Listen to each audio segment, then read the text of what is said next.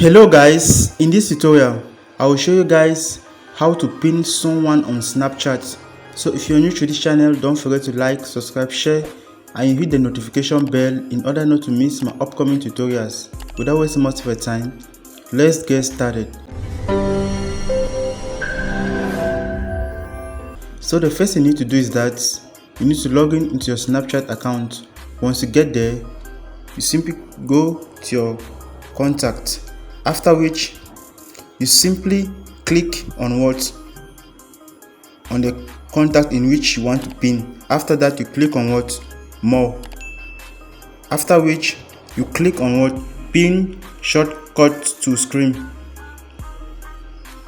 After that, you click on add. So we are going to check. So this is the contact we are just on pinning. So thank you guys for watching. Peace.